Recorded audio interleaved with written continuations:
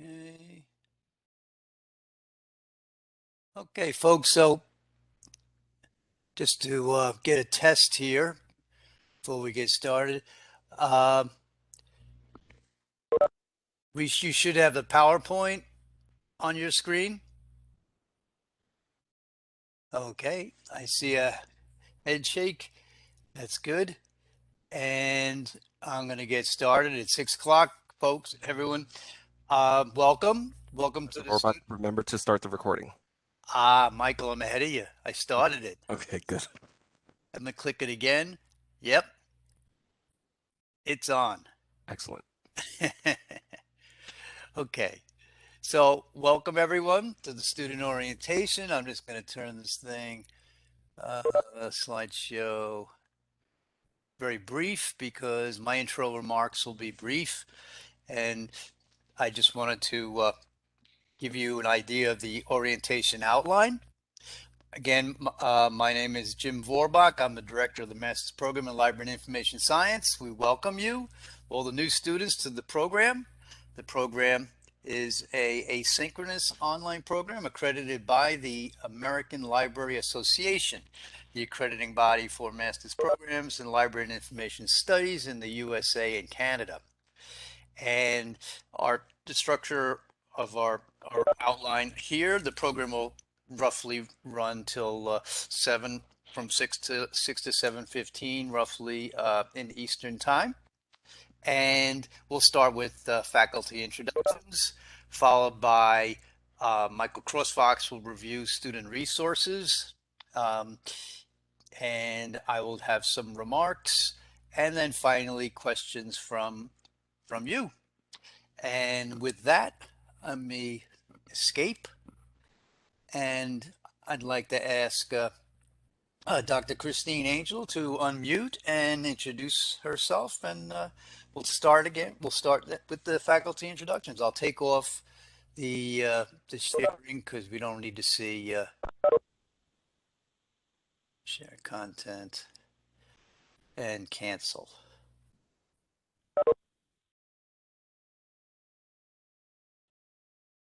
Okay, we should just have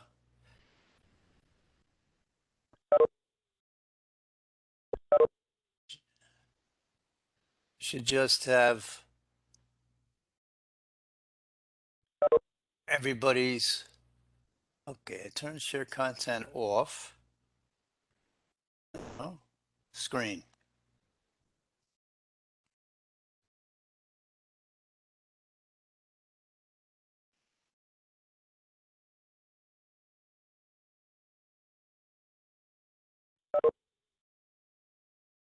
Michael, can you jump in on this?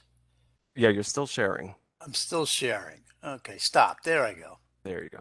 Sorry about that, folks. Okay, yes, I'd like to invite Dr. Christine Angel to begin the faculty introductions, and we'll just go through the faculty and let me mute myself. Go ahead, Dr. Angel. So I'm Christine Angel. I have been teaching here at St. John's University since September of 2012. I'm in charge of the Archives and Records Management program here at St. John's University. Um, I do a lot of academic service learning, and I've just recently begun doing virtual exchange with one of my colleagues in Berlin, Germany. This semester, I'm teaching two sections of LAS 203, which does have a required component of academic service learning. And within the museum informatics course, there is a virtual exchange component. It's 5 weeks. It's a 5-week workshop on intercultural communication within the context of the museum environment where students are operating as museum curators. And the reason why I found it so fitting to do a virtual exchange program within the within the subject matter of intercultural communication is because of a lot of museum controversies that tend to happen. And so one way to mitigate some of those controversies is, or to at least reduce some of the controversies that we do see through the way museum exhibits are displayed is through intercultural communication. So with an increase in our knowledge of how we communicate with others around the globe, then we'll see a decrease in the controversies that we see in some of the museum environments. So all of this, so all of my classes in some way or shape or form require either group work, whether it's with uh, colleagues from St. John's University or another university, or group work with an institution or an information organization outside of the context within or external from the university. So I hope you have fun this semester, and please take advantage to engage with the course content and to actually, read the syllabus and read the information that's provided to you, and to review the videos and the lectures and the practice quizzes and stuff like that, because there's no surprises in the courses that I teach. Everybody should be getting A's in the class, but confusion comes about sometimes when students neglect to read the course syllabus and miss due dates for the assignments, or when there's I pull all my test questions, for example, for the midterm and the final from the practice quizzes that you've already taken. So, but students don't take the practice quizzes, and so I can't help you if you don't engage with the course content. So if you're new to online learning, you know the old saying, you can lead a horse to water, but you can't make him drink. All right. So I can lead a student to all the readings and all the content they need to know to be successful in the class. However, if you don't engage with the course content and do that thing called active learning, then you're not going to be successful. And that's it for me. Thank you for your time. Thank you, Dr. Angel. And let's invite Dr. Shari Lee to introduce herself. Hi, everyone. As Dr. Vorbach said, I am Shari Lee. I am in charge of the youth services side of things. So if you have an interest in working with young adults, teens, children, or even very young children, let me know. We can, talk. I could talk to you about maybe getting a concentration in youth services. But what I really want to talk to you about, and that's also what my research is, but what I really want to talk to you about today is what Dr. Angel mentioned towards the end of her little talk. It's what it takes to succeed, not just in my course, but in the program. Okay, so it's an online program. You have to read the syllabus. You have to read the information we provide. Dr. Angel was exactly correct. You have a huge part to play in how, whether or not you're successful, right? How you succeed, whether you fail or succeed in the courses that we teach. So my advice is to read what we ask you to read. If you're overwhelmed, if you don't understand something, reach out to someone. Do not suffer in silence. Don't just do what you think it is. I know it feels like you are, separate and apart from us sometimes because it's online, but you can just reach out to any of us at any time. You can definitely reach everyone by email. Absolutely. And for me and my courses, you can also text me. You can also call me. So, and there is a thread in each course where you can post a question and I'll answer, or maybe someone else can answer, but at least we know that there's a problem, right? So if a link doesn't work, or whatever it is, you can't find something I asked you to do, you can ask it to the class or to me, someone will respond. But at least if there's a problem, everyone's aware that they're not the only one struggling with something. So the key is to communicate. Do not suffer in silence. We're not trying to make it hard for you. We want you to succeed. We really do want you to succeed. My courses are not, there are no tricks. I'm not trying to make it difficult for you, but if you don't read and you don't engage with the material, you will not succeed. It's as simple as that. I have taken online courses and I've taken face-to-face courses. I'm a quick study. I could sleep through many face-to-face courses, do the midterm, do the final, still pass the course. That can be done. Can't be done in an online course. You can't skip forums or skip questions or skip things and then at the end think you're going to make up on the final. It doesn't work like that, right? Dr. Vorback said it's an asynchronous course. We give you the materials each week and you do the work, you turn it in. Once that's done, it's done. And the way most courses are structured, I can't say for everyone, is that you get the points as you go along. So if you lose 30 points in the first half of the course, nothing you do towards the end is going to make up for that, right? So if you find that you're having difficulty, if you find that you're struggling, you let me know, you let the professor that you're taking a course with know, because that's the way we help each other out. If I don't know you're struggling, if I don't know you have a problem, then I see the work, then I find out, it makes it much harder for you to catch up or to figure out what's going on. So please reach out to me. I'm teaching LIS 205. I see that almost everyone's logged in, but 4 people. LIS 205, I'm teaching this semester. If you have any trouble, please let me know. My phone number, so you can text me, get your phones out, or you can call me. And it doesn't matter what time of the day or night it is. If I'm available, I'll pick up. If not, I'll respond when I can, right? It's 310-703-2561. Don't be afraid to reach out, okay? It's more important to me that you get the clarification you need, okay? So a little bit about 205, and I'm gonna rush, all right? So it's an introductory course to reference services and information sources. It's the nuts and bolts of what you'll need to do this work, okay? So it is important that you get the concepts. It's important that you understand the basics, because this will be the course that will sort of help you through the other courses, and it will be the foundation of the work you do when you do get that job, when you graduate and then get that job, okay? That's it for me. And welcome to DLIS.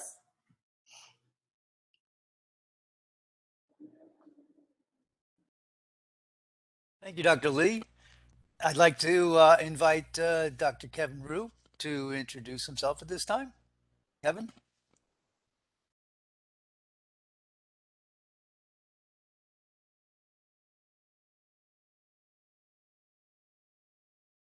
You have to unmute.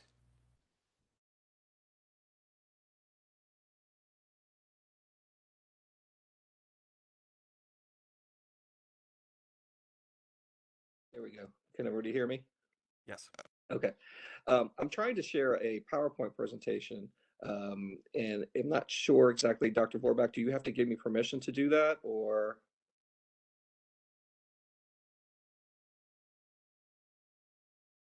Let's see. I can't hear you, Jim. I just said that I made you the presenter. Okay. So you So be I able to should be share. able, I should be able to, let's see if I can. Go up to share and I don't really have those. the top file, edit, share. I'm doing this on an iPad, so maybe it doesn't Oh, support that. iPad. Oh, here we go. Layout, maybe share. Share. No, I don't have share as a. Can you go to the next person and I'll come back. Can you go to Dr. Singh, Sure, and I'll be sure. right back. No problem. So let me see. I'll get on my Yeah. laptop. I'll like to invite Dr. Rajesh Singh to speak at this time. Hi, hi. My name is Rajesh Singh, and I teach most of the courses of the Advanced Certificate in Management for Information Professionals. So one of those courses are the required courses like 240 Management of Information Organization. This semester, I'm teaching the management course. Okay, can everyone hear me or okay? Okay, this semester I'm teaching the required management course, and a required management course is offered every semester. In addition, I'm teaching an elective marketing and advocacy course. In other semester, in the fall, I teach the project management course, and in the summer, um, and the knowledge management course is offered. So advanced management certificate is of 12 credit program. You can plan it to take it during your MSLIS program without any additional cost, and you have to take one course anyway, LIS 240. Regardless of your interest, I mean, it is my considered opinion that the project management course is one of the most useful elective courses that you will take in this program, because this is one of the most desirable skill set, and St. John's is one of 10 programs in the US and Canada that offers this program. So, and I research in this area too, in those areas. In addition to that, I also teach a couple of social justice courses. In the summer, it will a new course about the fake news and misinformation, and the cultural competence course. And I would like to share information about the advanced certificate in social justice in the information profession. It is a newly developed certificate program approved by the New York State Education Board. So I teach a couple of courses that I already mentioned: fake news and misinformation. We consider the authoritative information as the human right, access to authoritative information. And the other course is the cultural competence course. Dr. Kevin Ryu, who will be talking about those courses, he teach other social justice courses in the program. And it is, since it has become one of the core competencies, so whether you want to take the entire certificate or not, you should consider taking at least one of the social justice courses. The world has changed since the George Floyd incident, unfortunate incident, and this is our response. And ALA core competency has changed, and so we have changed or updated our curriculum. So if you have, as my colleagues already said, feel free to reach out to us. I also teach, by the way, a high anxiety course, Research and Evaluation Method, LIS 239. It is a required course.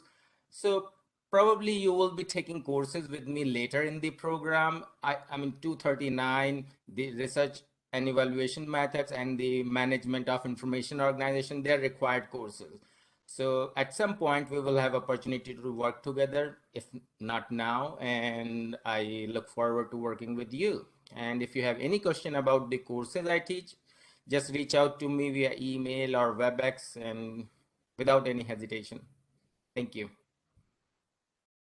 Thank you, Dr. Singh. And I'd like this time to circle back to Dr. Kevin Rue. Okay. Let's see. I'm going to go ahead and share a presentation, and it looks like I keep getting Dr. Vorbach's homepage. So, in the interest of moving ahead, I'm just going to kind of talk about what what my classes are and so forth. Um, so, I'd like to join my other colleagues in welcoming everyone, and I also want to underscore what Dr. Singh and Angel and Lee mentioned about keeping in touch and not letting things overwhelm you, because you know too much time has gone past or anything like that. The minute you start having some problems, reach out. We're here and we will respond to you. And so it's important for you to keep in touch. I also want to repeat what was been said before, is we are invested in your success. We want you to succeed. You have to do your part though. So with that, once again, I'm Kevin Ryu. The classes that I teach here at DLIS, I'm teaching the foundations course, and I can see that some of you who are here are in my course this semester. I also teach the information use and users course, the planning and delivering information literacy programs course, materials and sources for diverse populations, the college and research libraries course, which I'm teaching now, public libraries and community information centers, and social justice in the information professions. And that course is part of both the social justice and the materials for diverse pops class are part of the new social justice certificate. So just FYI on that one.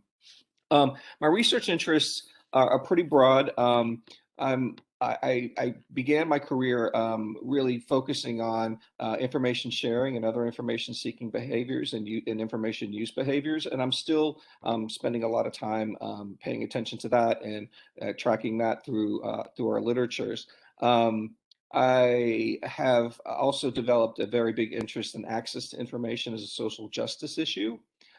Information is a public good, scholarly communication and university librarianship, public libraries as community hubs, and one thing that recent events has kind of prompted me to take additional looks into or propaganda theory in LIS research and practice. It's propaganda is an enormous field, I'm finding, but here at LIS and here in our field, I think we have a lot to contribute to that. So that's kind of what I've been thinking about when I'm have my research hat on.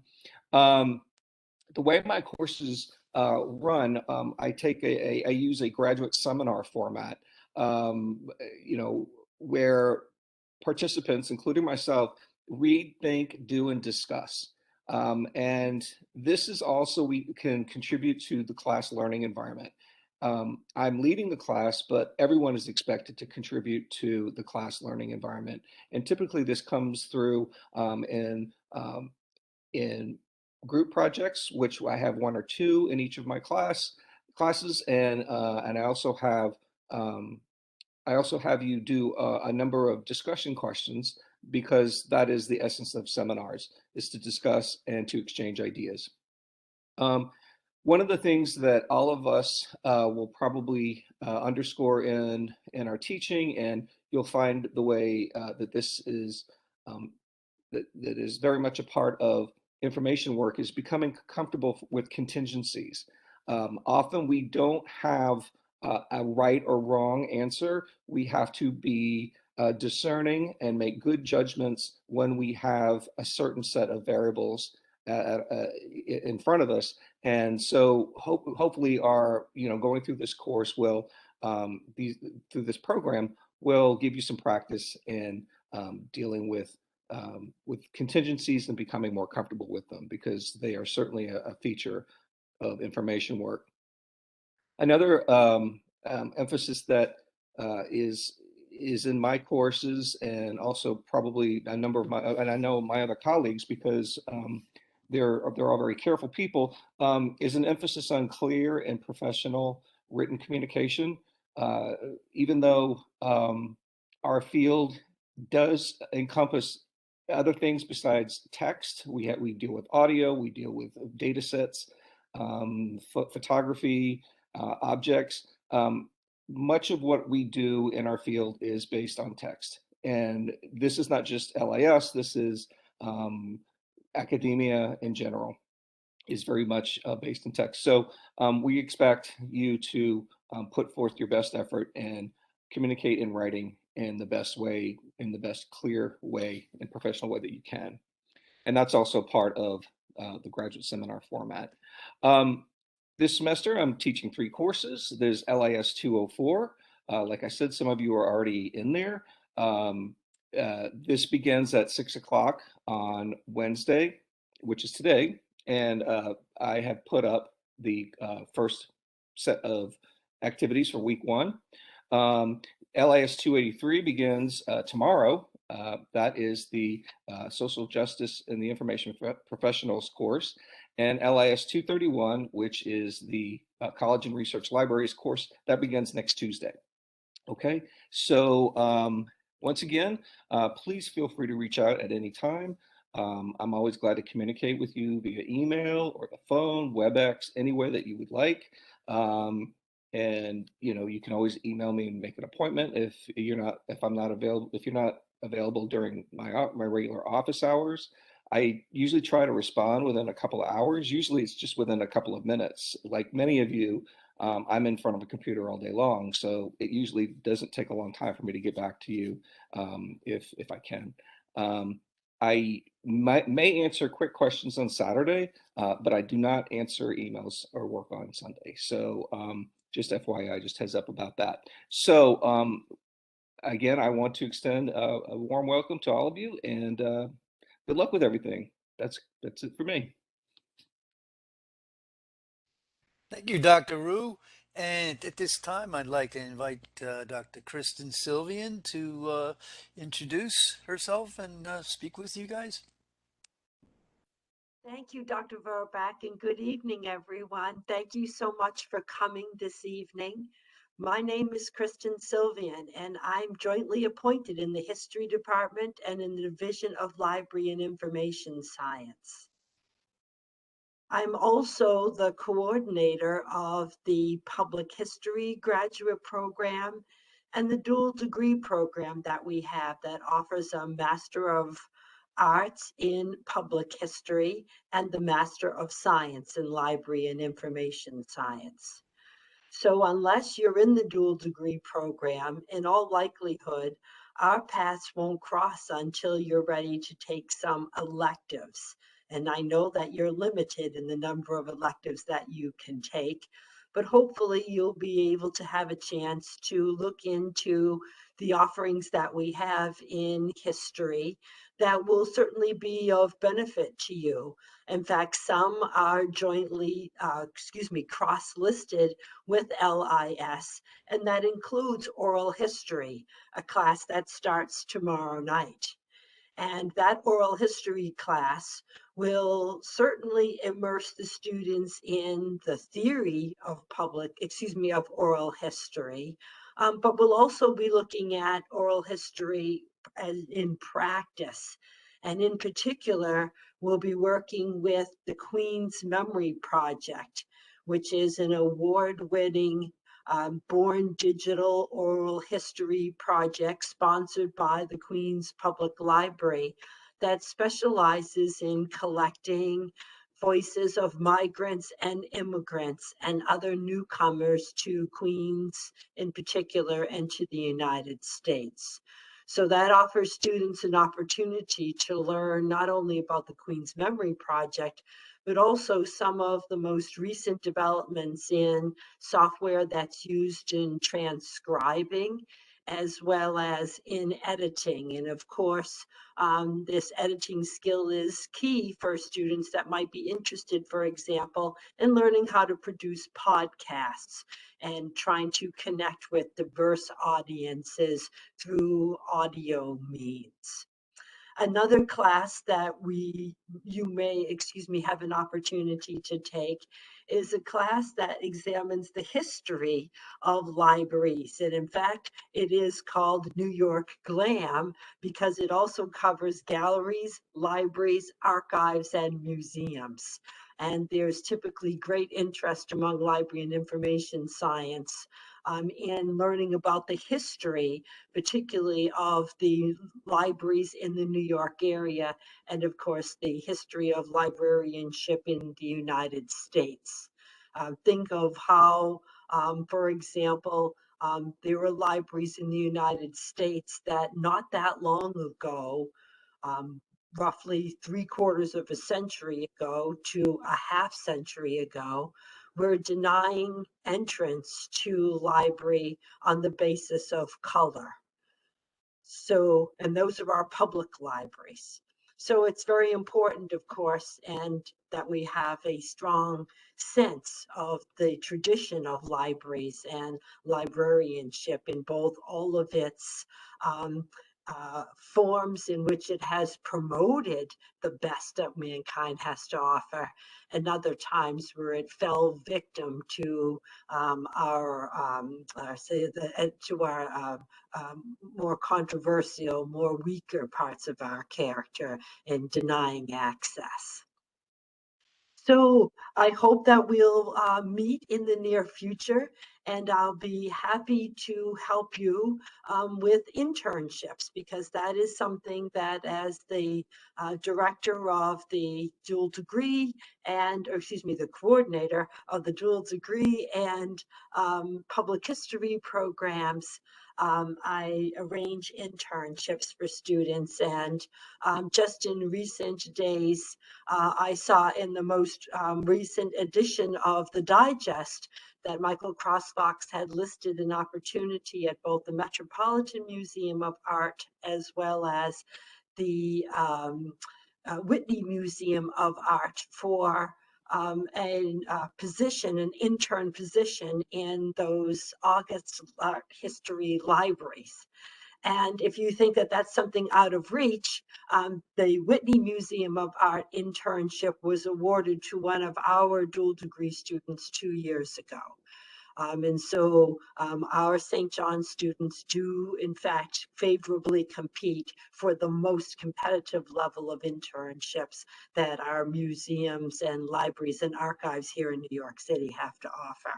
So we'll certainly be happy to help you and work with you. Welcome and thank you very much. Thank you, Dr. Sylvian.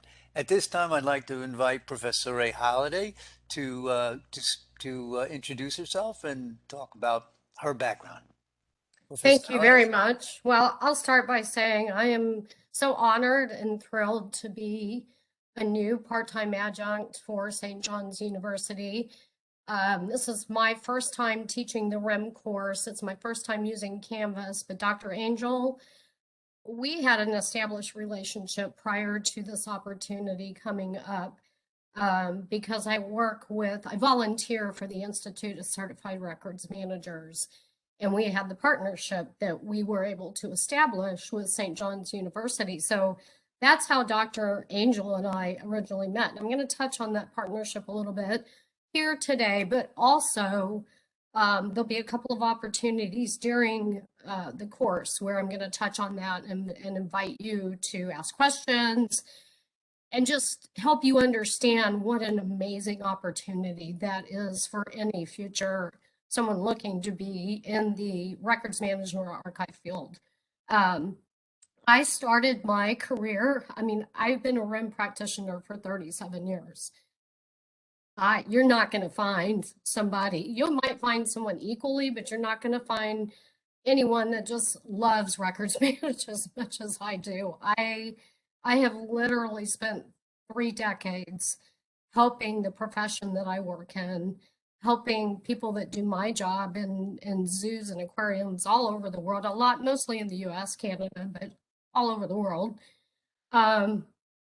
Because there were no education programs. When I started in that field, the position was really just being formalized. It was a new position, and they have a lot of records. And there was really no one there that had the formal education or the knowledge to really manage those records appropriately. And so I started on a journey that started with my ICRM certification.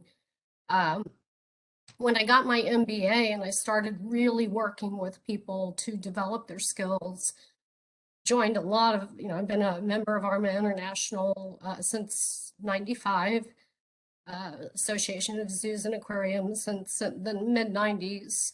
My industry specific association for about 30 years. So, and then the ICRM since 2003. So as an adjunct, my main goal is to teach you the REM course. And, but along that way, I'm also here to help you as a professional, to help you make contacts, to help you understand where the low-hanging fruit is for professional advancement and opportunities, and giving you strategic advancement or strategic advantage so that when your degree is complete and you're out there competing, you have what you need to really get the best jobs at a much sooner time in your life. Me, those opportunities didn't come till much later. I'd been in the field 20 years.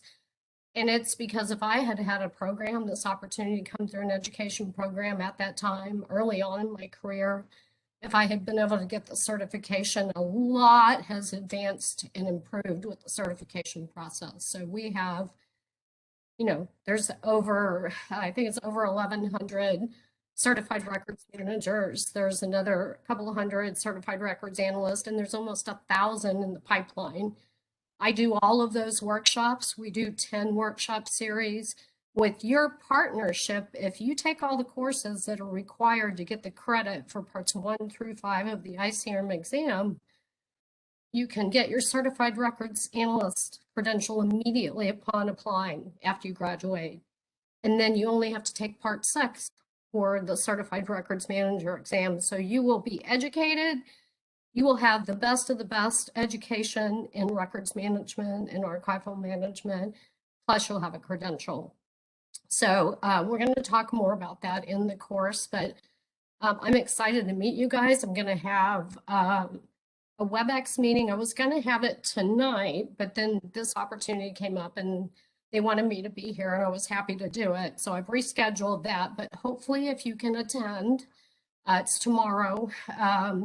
Just check the calendar and if you can, the announcement that I sent out, because I just want to hear about your goals. I want to meet each one of my students and I want to hear about your goals. You've heard about me. I'll do a short recap when we do the WebEx for those that didn't attend tonight, but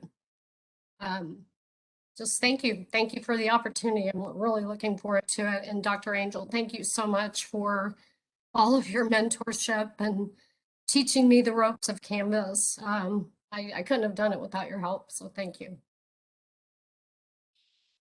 Thank you, Professor Halliday, and welcome aboard the DLIS. Thank you. At this time, Michael Cross-Fox will talk about the student resources that are available. And so I'm going to, okay, actually, I see he's got his presentation up there. So go ahead, Michael. All right. Well, hello, everyone. I'm Michael Crossfox. I'm your academic support assistant based here at the Queens campus. And I just want to briefly walk you through some of the communications assets that I manage here. The DLIS blog, the DLIS LibGuide, which serves as your online student handbook, and mention briefly DLISA, which is the DLIS Student Association. So let's take a look at the blog here. This is sjudlis.com. The blog is where timely information is posted. So things like this upcoming scholarship deadline of February 14th, internship opportunities, upcoming events. It's maintained on a daily or even weekly basis, providing information related to your program of study and the courses that are available. For instance, if we scroll on to programs and scroll down to MSLIS, we see we have access to course descriptions and syllabi, and also the different specializations, details about the different specializations. The course descriptions and syllabi are simply the graduate bulletin entries for each of our courses and a link to download the PDF of the syllabus. Under specializations, it's the same structure. It's just a description of the specializations and a link to the details. Each one of our specializations is crosswalked against the academic recommendations for various professional associations. So for instance, the academic librarian specialization matches our courses with the academic requirements or academic recommendations of the Association of College and Research Libraries. The same is true, as Professor Halliday just mentioned, with the records management specialization. That's crosswalked to meet the educational requirements for the ICRM records analyst certification, etc. So the rest are here, public librarianship, onward. And after program specializations, I want to mention briefly our scholarships page. This is where we host information about our internal scholarships. You'll see there's divided into two categories, one for new students. Some of you have already received the Reverend Brian J. O'Connell Scholarship. That's a merit-based scholarship that equals a tuition reduction based on the GPA of your most recently conferred degree. And some of you may want to bear in mind the Mildred Lowe Memorial Scholarship. This is a scholarship that is awarded for academic distinction in the core courses 204 or 205, and this will be awarded at the end of this semester. So if you do well enough and you catch the eye of your professor and they think that you have a particular distinction, they will recommend that you be awarded a $2,000 tuition credit for your next semester. So that's something to bear in mind. Professional development scholarships focus on the H.W. Wilson Scholarship, and this is based on having one of your academic papers or coursework accepted by a professional association. So you can serve on a panel or publish a poster or get an article published, and that award amount is $500. You just have to submit to us proof of publication like an acceptance letter or conference program, and will award you $500 towards your tuition for the next semester. The other professional development opportunity that's coming up now is for returning students. And this is a scholarship in memory of a DLIS alum and former library faculty member. The John Garino Scholarship is awarded to students who demonstrate a commitment to the service of others. So a volunteerism opportunity, working in an information organization or a nonprofit. You just fill out this application before February 14th, and you'll be considered for this award. Again, this is for students that have already accrued more than 6 credits in the program, and the award for this is full tuition for one 3-credit LIS course. So that gets you a free course during your program of study. So these are things to bear in mind. As Dr. Zilvian mentioned, you should all be receiving the DLIS Student Digest that happens every Wednesday, and that serves as an aggregate of all of the information that's posted to the blog. So you'll get that in your inbox as of today. Just a side note, all communication from DLIS faculty and staff and administrators will go only to your St. John's University email. So make sure that you have automated that. Dr. Lee and Ryu mentioned that they've seen some of you in their courses. I just want to remind everybody or bring to your attention the fact that because we are an online program and we use Canvas as our learning management system, as instructors, we do have access to what's called analytics, where we can see our students engaging with the coursework. We can see how much time you're spending, how many pages you're looking at, what pages you're looking at. So if you experience any problems accessing the system, you have to contact us right away, because it'll just look like you're not participating. And you've been warned by everybody here that participation is key. We want to make sure that you're apace with the coursework. So that's the blog, sjudlis.com. There's other information, also the Student Association, our webinars. Here are the upcoming dates. The webinars are synchronous events that happen every couple of weeks during the course of the semester. We generally try to organize with practicing professionals. So you see that on this table, March 24th and April 21st are TBD. We haven't booked those speakers yet. We're looking at a public librarian and a public librarian who designed a program specifically for veterans. So we're trying to arrange a time, the dates with them. But this semester we'll be hearing from University Career Services, and they'll talk to us about how you can, as online grad students, engage with University Career Services and start your job search with them, and utilizing their tools like resume cover letter review, mock interviews, and also how to log into the Handshake database of job postings at the graduate level. So I look forward to that. Again, every Wednesday you'll get notification. Every synchronous event that DLIS hosts is recorded, and the recording is posted to our YouTube page. And I'll show you an example of that in just a moment. I want to go now to the DLIS LibGuide, which is, as I mentioned, your student handbook. This is what it looks like. You can get here if you go to resources. If you're on the blog, go to resources, DLIS LibGuide will take you directly there. And from the LibGuide, you see the first link on this page is back to the blog. So we make sure that everything is connected so that you can navigate. Once this presentation is over, the recording will be posted and my slide deck will be made available to everybody. So you can review it and it'll live here in the video archive page. So this is the LibGuide. This is our handbook. I want to walk you down the ribbon briefly. The tabs that you'll be using probably every semester are advisement and registration. This includes information on how to contact your advisors, our current course offerings, our 2-year course cycle. Here's a brief video that one of our graduate assistants put together for us a couple of years ago about the actual online registration process. New students were registered manually by the Office of the Dean for this spring semester.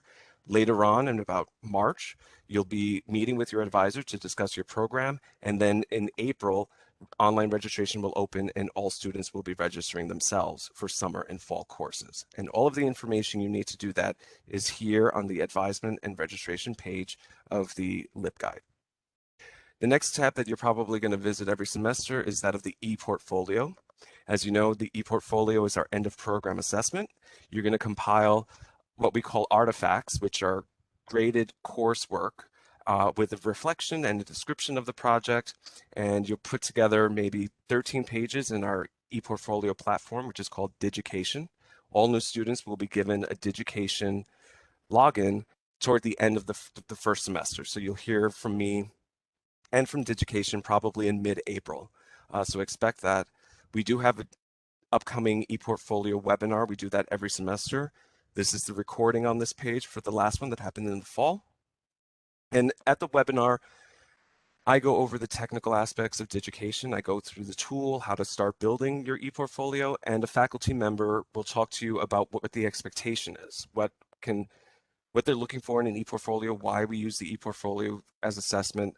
And there's information here just about the composition of the ePortfolio and the tool, and also guidance documents on how to identify artifacts from your coursework to meet the MS-LIS program goals, which is the ultimate outcome of your ePortfolio.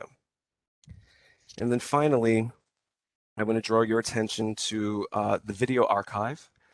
This is where all of the recordings, these are links to our recordings, and you can see it just takes you to our YouTube page, and these are all of our various webinars that happened in the spring. I clicked the Spring 2021 playlist. So once our recordings are posted to YouTube, the link to the recording will be also posted on the DLIS LibGuide video archive page so that you can just go down, see what we've been talking about for the past year, see what maybe you met somebody as you go through the program, you meet somebody who's farther ahead and they might reference something that they learned in a webinar in spring of 2021.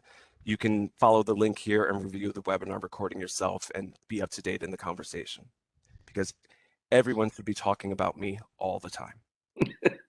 Finally, DLISA is our student association. This is a great opportunity for you. We're going to have a general meeting and election. That's the first webinar of the semester on February 10. The DLIS Student Association is a student chapter of the American Library Association. And you don't have to join the American Library Association to be a member of DLISA. You already are a member of DLISA. However, as a student in an ALA accredited program, you are entitled to joint membership with the American Library Association and your state library association. And as a student, that costs you about $40 to $45 a year. It's a great opportunity for you to get to know the information profession community and also learn about things like lobbying days and legislative processes to fund libraries. That's a big part of ALA and also New York Library Association. But also they offer professional development opportunities, especially at the state level. So it's a great tool for you to leverage. The networking, you can register, it's $40 to $45, I think it's up to like $44 now. But it gets you joint membership and it gives you access to all of the national resources, but also the state resources. And if you can get onto committees, if you can get onto roundtables, that's great. They're really welcoming to students, and you can maintain your student level membership in the professional associations up to 3 years after completion of your MS-LIS. So that gives you, 5 to 6 years to start working your way and networking in these groups. We may in 2023, depending on if the conference happens in person, but DLIS in the past, we've gone to ALA National Conference and we've taken students with us. And we had, at one point, I had a student, it was her final semester. She had traveled down to South Carolina for a job interview. And it was a big move for her. She was here from New York City. And she kind of turned it down. And we were waiting online at Starbucks in Washington, D.C. at ALA. And the hiring manager, the director of that library, approached her and said, "I'm so glad to see you here. Do you still want the job?" So they re-upped the offer. And that was because not only had she made the commitment to travel for the interview, but she came with us at DLIS and we gave her that opportunity. So she got the job and it was a win-win for everybody. But that kind of opportunity, that kind of lightning strike opportunity for employment, you only get if you network. And like even Professor Halliday mentioned, that you have to make connections. And this field is minuscule. So I'm going to be pushing you out of the proverbial nest and out into the real world. And I've said before, if anybody is in New York City metropolitan area and you find an event, a networking or professional development event that you're interested in attending and it's free, I'm down. I will definitely go with you and make introductions. All right, so that brings me to the end. Those are the resources, the blog, the LibGuide, and DLISA. Upcoming webinars, here's the calendar. We're going to hear from the director and our faculty members in more detail about exciting things like this ICRM partnership, like the new certificate in social justice, the certificate in management, and other new course offerings that will happen in the summer. That's when we run our LIS 271 special topics courses. That's a kind of experiment. It's the first time that it's running, and it's the faculty are developing the curriculum, so it's really exciting to get into those courses over the summer, and we'll talk about the fall. As I said, University Career Services is going to meet with us in April. Upcoming dates, this is how I end all of my webinar presentations. Today, January 19th, first day of classes. February 10th is our general meeting. January 25th, oh, I don't know why these were out of order. That's weird. January 25th is the last day to add or drop a class without a transcript record. February 8th is the last day to drop classes that shouldn't. Yeah, that's correct. And finally, I'm just going to get to it. President's Day, February 21st, the university will be closed. And finally, this is what I looked like 5 years ago. All right, so that's my spiel. Thank you very much. And as everyone else has said, contact me, cruzm@stjohns.edu. Welcome to DLIS. I am here to help. Thank you, Michael. And it brings us to my remarks here. Let's go back to, okay, share my screen. And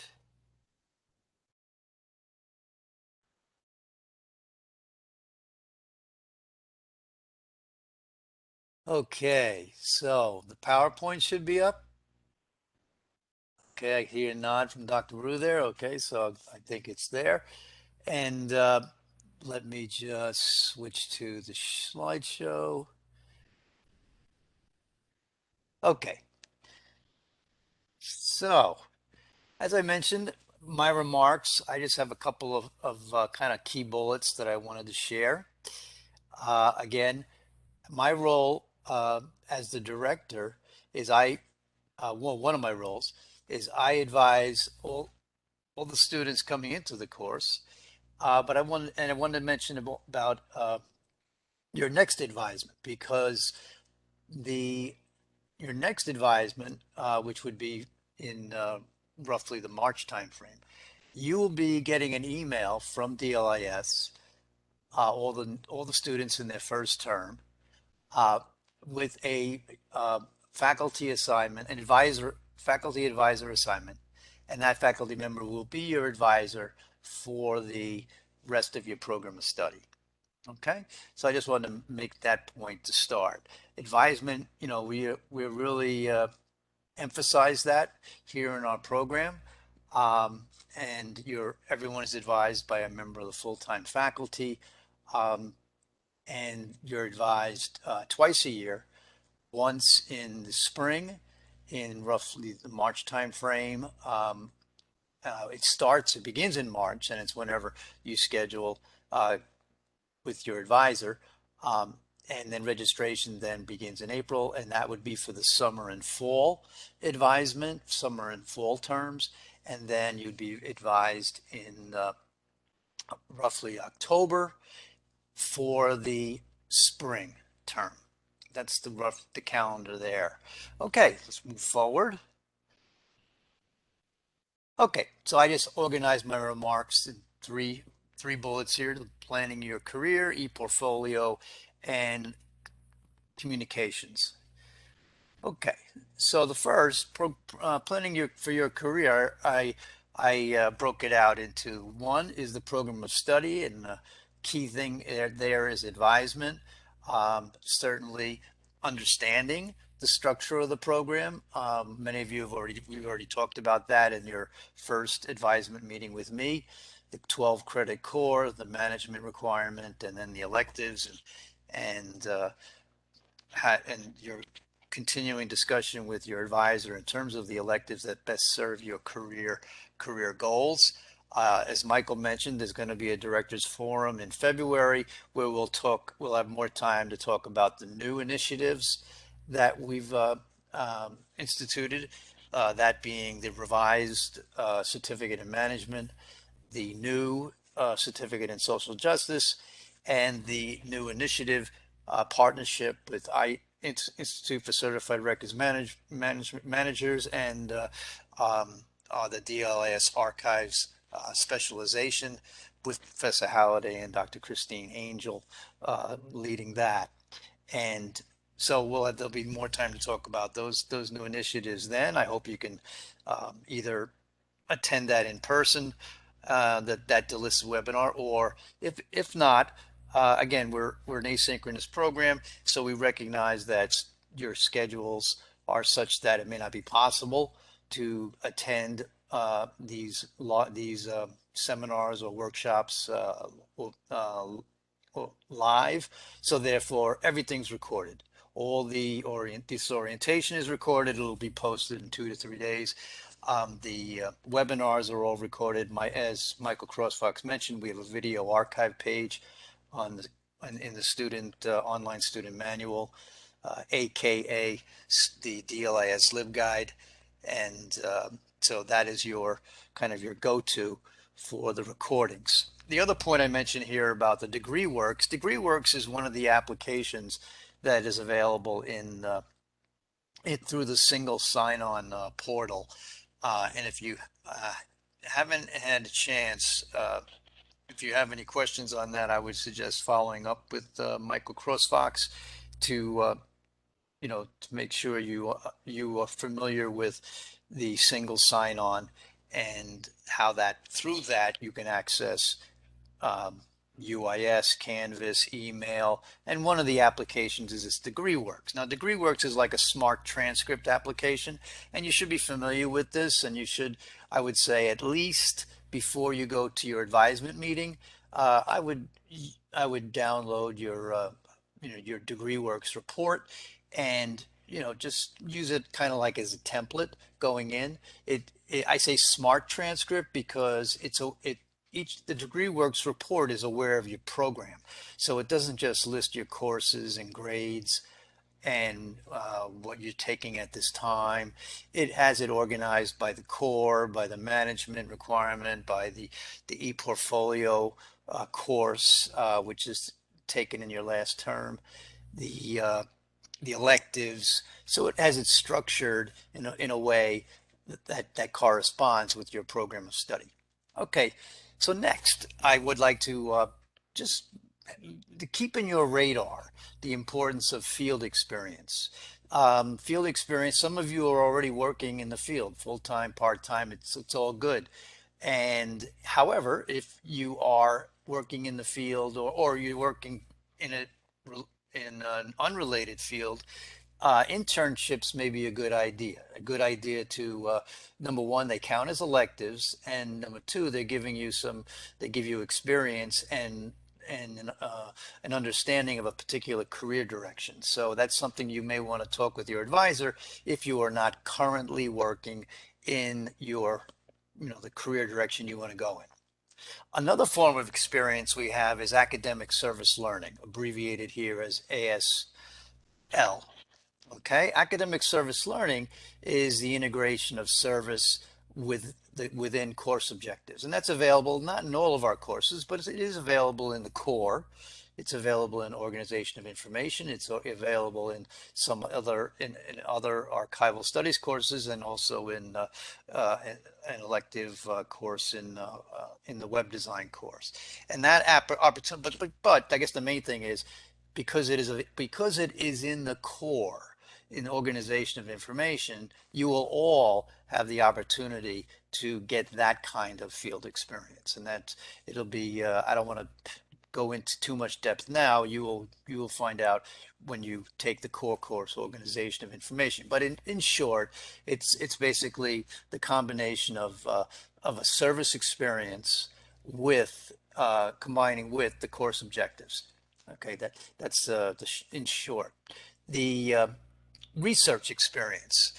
Some of you will, or many of you will be doing some really cool research projects in your courses. You may want to go further, and we have an opportunity to do that as well. So we have an independent study course. It's called LIS 901. So that is an opportunity to you would talk to a faculty member to serve as your mentor in the course, and you would take your research project and, again, with the approval of your faculty mentor, develop it further.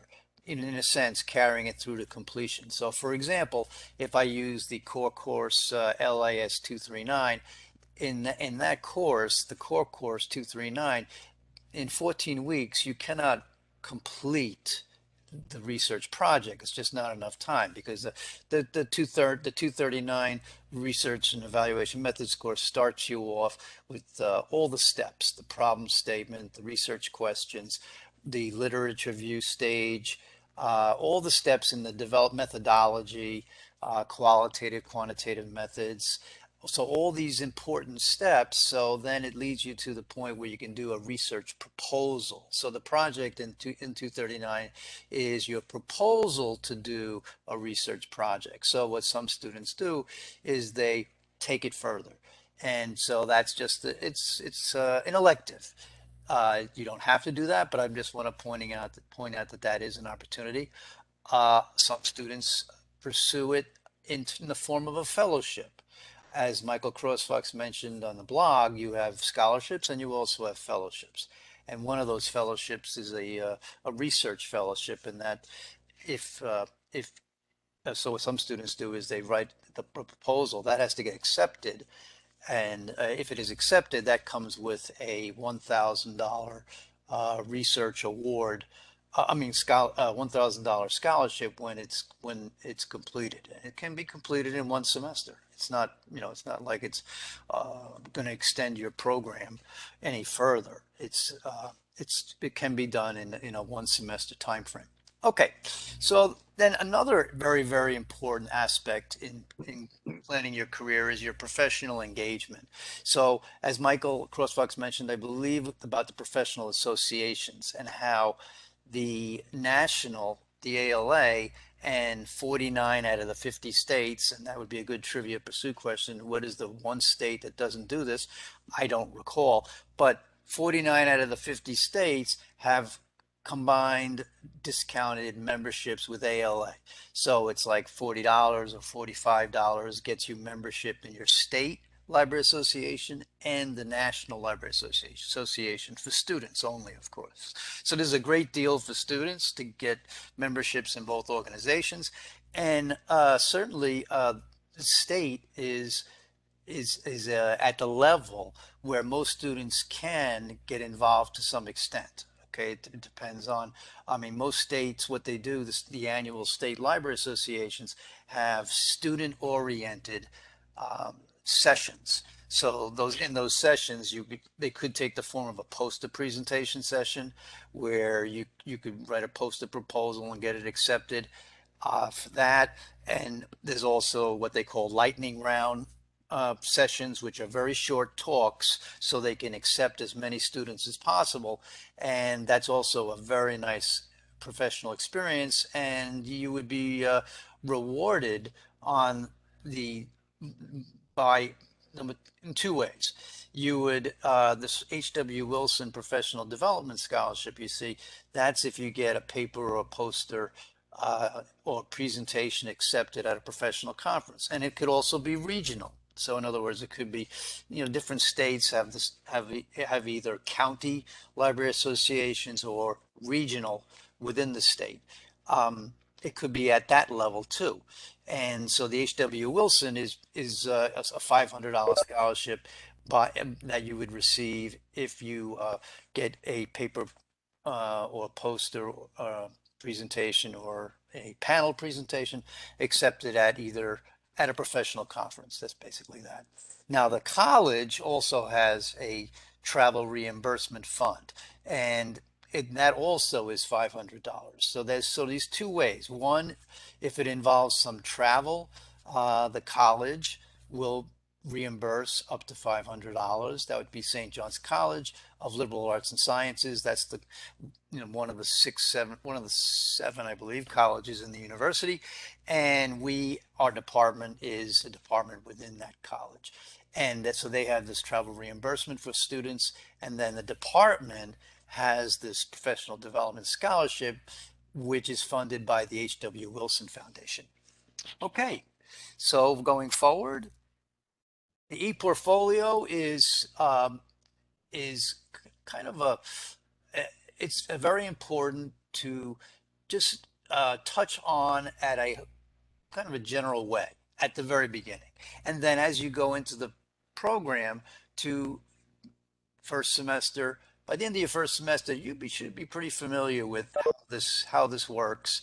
And we provide every semester a workshop to in the platform, which is called Education, and also how the reviewer's perspective. There'll be two faculty members in the workshop as well. So the big idea is that this portfolio is a collection of your work, and it connects your work to the program goals of the degree. The program goals are 8, and where does that number come from? It's because of the connection between the ALA core competencies and that and the program goals. There's 8 ALA core competencies, and we built, or we based our 8 program goals for the degree on the 8 core competencies as a way, basically to provide a sound basis in the field. And this has been our practice for the past 2 accreditation cycles, so it's certainly well received by the ALA accreditation committee, our approach. So these 8 goals, you would be uploading an artifact for each of the goals and writing a reflection on your artifact and relating it to the goal and your learning. Okay, and we'll talk more about that when you with your advisor as you discuss your progress, and then also you'll learn more in one of these workshops, which are again all recorded, so you can watch them at your own time. Okay. And finally, communications. I know Michael Crossfox mentioned all of these and discussed them in more detail. I just want to hit on them as bullets. The weekly digest is emailed on Wednesdays. Please look for that. It's a very easy browse. You just go through the page, and you look for things that interest you. It'll have the important dates, of course, like when does advisement start, when does registration start. Those are key dates you want to make note of. And then it'll have events that are available virtually. It'll have such as conferences, or some that are hybrid. It'll have job opportunities we get opportunities, around the country. So it'll have, the job opportunities. It'll just simply give you the name and a link, and you just, basically a 1-line description and a link. You click on the link and it'll take you to the post, which is in the blog. Okay, so the digest is designed to be a very quick browse, very quick, and you see something of interest, click on it, and it'll take you to the details. And the LibGuide is the platform for our online student manual, and I wanted to put the link in here. And similarly for the blog, I wanted to put the link here as well. So those 3 combined as our main communication vehicles. And at that point, it's question time. So let me close out of this, and please go into the chat box. And if you have, maybe let me just say stop sharing and open up the chat box. Chat box.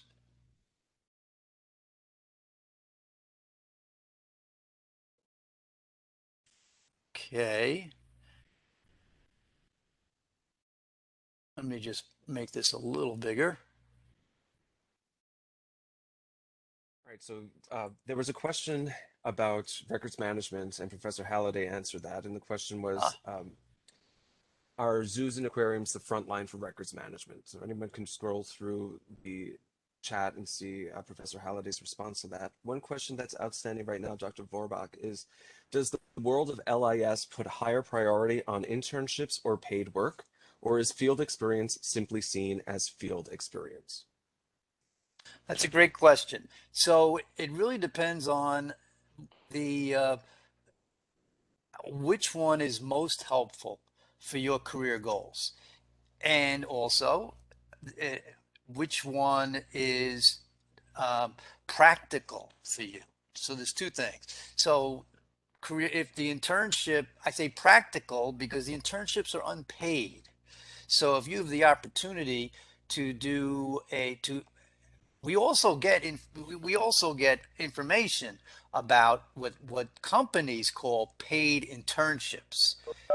It's the fact that they're unpaid is a St. John's definition. So it's certainly not it just means that if you want to use it for credit, if you want to take it as an elective, it must be unpaid.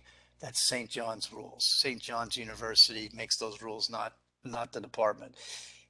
Uh, but you could certainly, if you see an opportunity for a paid internship, then that would just simply be viewed as a part-time job. It could not be taken for credit.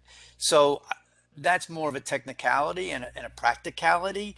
If, because if you need the resources, then clearly you want to be looking for paid internships or a part-time work that relates. So the it's not so much does LIS put higher priority on. It's more either way. Whether you get your experience with an internship or whether you get your learning experience through paid work.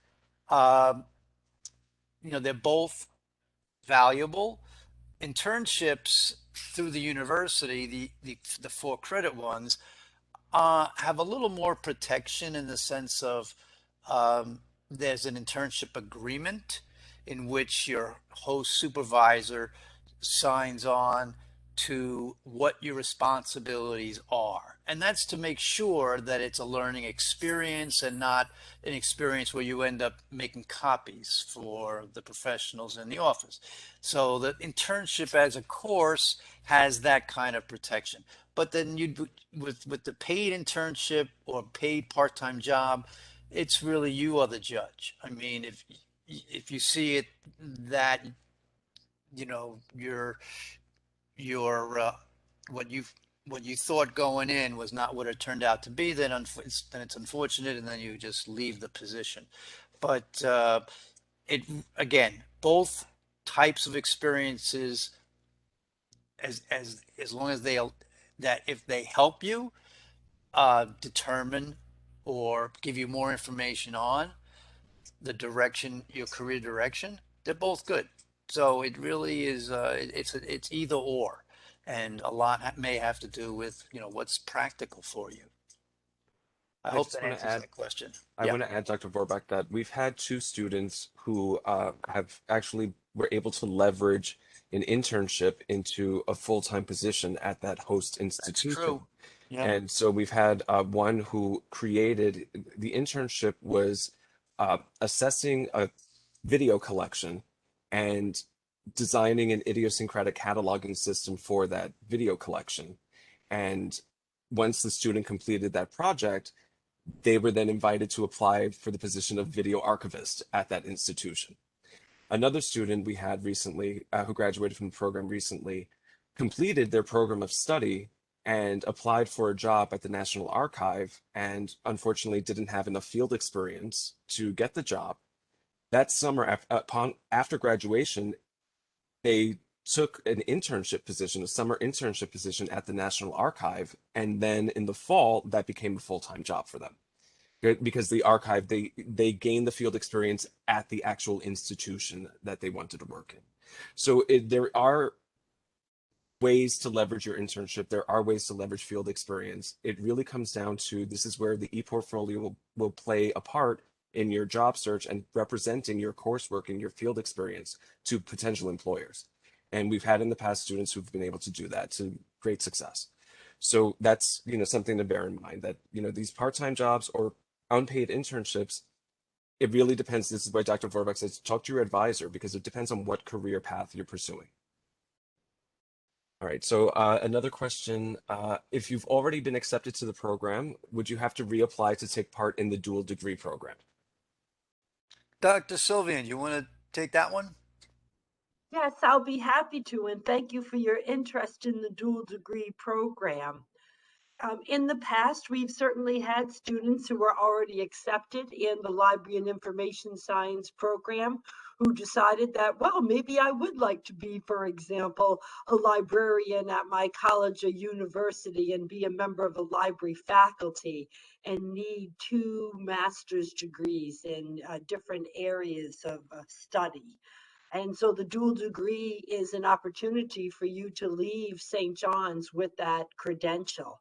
And in the past, when we've had library and information science students seeking admission to the dual degree program, the graduate school requested a letter and there was no further application or application fee that was required. But again, that was 2 to 3 years ago. But I would hope that the admission process would be very simple today as it was then. I'd be happy to look into it if you want to send me an email, and I'll be happy to follow through on your behalf. Excellent. Another question pertaining to internships, Dr. Vorbach. A student out of New York State is inquiring whether an internship at a local university would be accepted. I don't know what, since I'm not in New York State, would an internship with University of Oregon or Oregon State be accepted? Oh, absolutely. Absolutely. Yeah, I mean, the presumption is you're going to be interning at a host site that is convenient uh, to where you're living. Unless it happens to be like one of the residential internships that they have in some of the government sites in Washington D.C. But those are much fewer. So yeah, no, absolutely. You would intern at a site that is convenient to where you're living. Hmm. All right, well, that's Other it for questions? questions. Really? Well, you know what? I have a question for the faculty. This one's kind of bugged me for years. So any of the faculty can take this one on. Okay, so I'm going to put on my student hat and I'm at a ship at sea and the assignment's due. Fortunately, the internet is very good on this ship I'm on. And it's the assignment's due this evening and then it goes past midnight and then I cross the international date line. Is my assignment late? Anyone can take it on. No, I see I smiles. What? Go ahead. well, in my opinion, it will not be. No, it will not be late because when our students are distributed all over the country, so it cannot be Eastern Standard Time unless somebody is specifically mentioning it. I mean, for example, I don't. So for me, yeah, fine. If they're working at 2 o'clock in the night, it is already the next day. So, yeah, so that's my opinion. If somebody is very specific Eastern time, then I don't know. Yeah, then it is late. Okay, I'm gonna comment on that. Well, technically it is late, okay? And Canvas will mark it late. If it's 2 minutes, if it's 5 minutes, you won't lose any points in my course. Even if it's an hour late, you really won't lose any points. So while the time is there, it's really a Canvas thing because we have to have, we have to have a cutoff point. My suggestion is if it's a quarter to midnight and you know you're not going to make the deadline. You may be done at 3, you may be done at 6 in the morning. It may take you another day. If it's already late, I think you may not be sure of when it's going to be submitted or how late you're going to be. So what I would do if I were you, at 11:30 or 11 o'clock, shoot an email to the professor saying, hey, can I get an extension of another day or so, even if you don't use it? Because then at least you seem proactive. If you email me the next day and say, I'm sorry it's late, then it just seems like maybe you're not really on the ball. So in the interest of just being proactive, you know if you're going to get it done in 15 minutes, you know if it's going to be another day. Because I've done that. I'm not late. It's not late till it's a minute after midnight. You know what I mean? But we know going in it's going to go a little bit longer. So think about how much time you need, and to be careful, be proactive. Shoot a quick email, even if they don't. Even if faculty doesn't respond right away, it's on record that you requested the time. So we see that you're proactive. Those are my 2 cents. I would agree with Dr. Lee. If it's just a few minutes late, it's going to be marked late in Canvas. And there is an attachment. There is the function in Canvas that if you go past the deadline time, Canvas won't accept it. I don't do that. If it's late, it's late. And as Dr. Lee said, if it's just a couple of minutes, no big deal. If you think you're going to need another day before the deadline, send an email asking for an extension. And if it's so late that you can't get that agreement for the extension, at least say, tell the professor what happened, and it's usually okay. I always ask my students to tell me what time zone they're in too, so I know that if because this semester I have students from all the way from the west coast of the United States to Uganda. So there's a lot of time zones in there. So if I say, oh, everything's due at midnight Eastern time, that's just not going to work for everybody. So there is some flexibility in there. And we know that adult students, grad students have a lot of different roles that they play in their lives. They're parents, they are caretakers, they work full time. So I wouldn't be too worried about a couple of minutes. But as Dr. Lee says, be proactive and be on top of it. Don't get in touch with if you get in touch with me, way past the deadline, and say, oh well, I need some more time. That's really not fair to the other students and who got it in on time. So that's my 2 cents. That's Okay. the way I operate in my classes, but don't be late. I'm trying to teach you something, and we do a lot of group work. And so if I expect one student to go ahead and turn their assignment in on time, even if they are in a deployed location overseas and it's 2 a.m., and I say it's due noon Eastern Standard Time, have your assignment turned in on time. So please don't do that in my classes. Okay. On that note, again, everyone, I welcome you to the program, and I thank you for attending this orientation. And we're glad to have you with us, and we will do our best to answer your questions and to advise you for a successful completion of the program, and that you graduate with the best preparation to get for the career that is fits your um, what you would like to the direction you would like to go in. Okay, you take care. Bye bye all. Bye everybody.